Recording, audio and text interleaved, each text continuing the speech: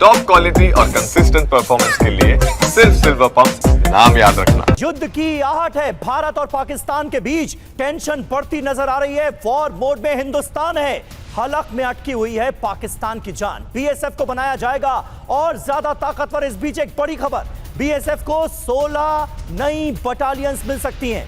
BSF के 2 नए field headquarter बनाए जाएंगे।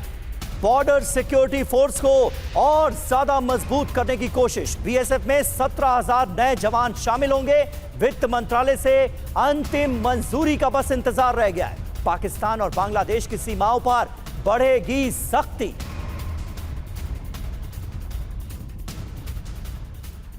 और देखिए, जंग की आशंका के बीच बढ़ेगी भारतीय नौसेना की भी ताकत। भारतीय नौसेना को मिलेगा स्टेल्थ वॉरशिप तमाल। रूस से 28 मई को मिलेगा तमाल फ्रिगेट। ब्रह्मोस मिसाइल से लैस होगा तमाल वॉरशिप।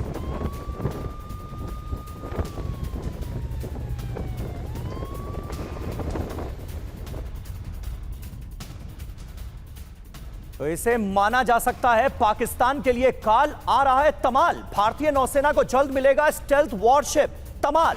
दुनिया के बेहतरीन multi role guided missile frigate है तमाल। बेहद घातक ब्रह्मोस मिसाइल से लैस होगा तमाल वॉरशिप। जून में आधिकारिक तौर पर यह नौसेना में शामिल हो जाएगा। तो 100 से ज्यादा भारतीय नौसैनिकों को रूसी वॉरशिप की ट्रेनिंग दी जा रही है। तो ये अपने आप में एक और महत्वपूर्ण खबर।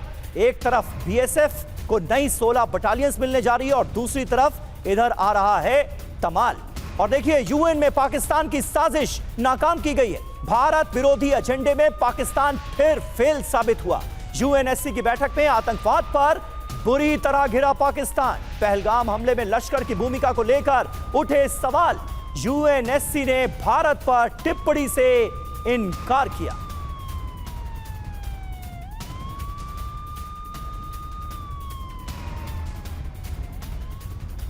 तो देखिए, रूस, अमेरिका, जापान का क्या रोल था ये आपको बता दें। एक तरफ तमाल वॉरशिप आ रहा है रूस से, जो कि हमारी नेवी की ताकत और ज्यादा बढ़ाएगा। इगला एस की डिलीवरी हो रही है। अमेरिका की अगर बात की जाए तो आतंक के खिलाफ एक्शन में पूरी तरह से साथ है।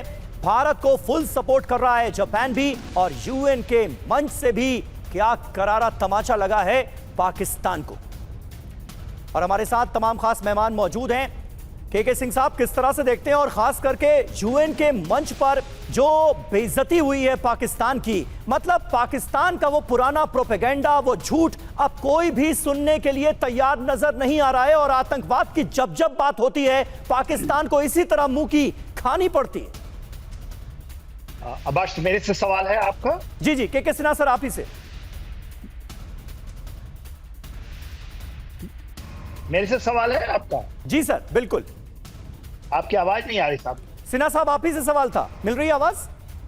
जी हाँ, अभी तो आ रही है। मेरे से सवाल है आपका? जी जी जी। आपकी आवाज, अच्छा, आवाज नहीं आ रही, मेरी आवाज जा रही है। तो मैं ये आपको बताना चाहता हूँ। देखिए, सामरिक दृष्टि से जब हम बात करते हैं कि आपने कहा 16 नए बटालियन, तो मैं आपको याद थोड़ा सा इसका आभास देता हूं। 740 किलोमीटर का एलओसी बहुत जल्दी ये आपका इसका स्टेटस बदलेगा। तो आप देखिएगा, वहां तो जरूरत है ही है। हमने पहले से ही ले लिया काम, इसकी कार्रवाई शुरू हो चुकी है। तो 16 नए बटालियन, आप सोच सकते हैं कि क्या हमारी मंशाएं हैं। तो मैं केवल आपको इशारों में बताना चाहता हूं जी। तमाल फ्रिगेट की आपने बात की है, ब्रह्मोस मिसाइल से लैस है। और ब्रह्मोस जो है भारत और रशिया का एक ज्वाइंट हमारी कॉपरेशन से है। और NG, BrahMos NG, which is the new version of, it is the most डेस्टलियस जो कहा जाता है cruise missile in the world. पूरी दुनिया बेचैन है इसको। तो इसकी प्रहार यदि आप देखेंगे, और शायद ये प्रहार देखने का पूरा भारत को मौका मिलेगा। देखिए, जो चीजें हम ये बताना चाहते हैं, एक चीज आपने शायद पहले कवर किया हो, इंडियन ओशन रीजन के अंदर में खास करके जो हमारा आईएनएस विक्रांत है, इट इज ऑलरेडी, वो केवल ऐसा नहीं कि गुजरात के पोर्ट से वो ड्रिल कर रहा था, it is already taken as a position मैं आपको इशारे से बता जा सकता हूं जी। कि 2 जो हैं, जिसमें एक सीपैक का भी बहुत बड़ा हिस्सा है, पोर्ट सिटी जो है, वो सब हमारे टारगेट्स पे हैं। इसके अलावा P8I, तो मेरीन जो हम कहते हैं, उस डोमेन में बहुत बड़ी कार्रवाई चल रही है।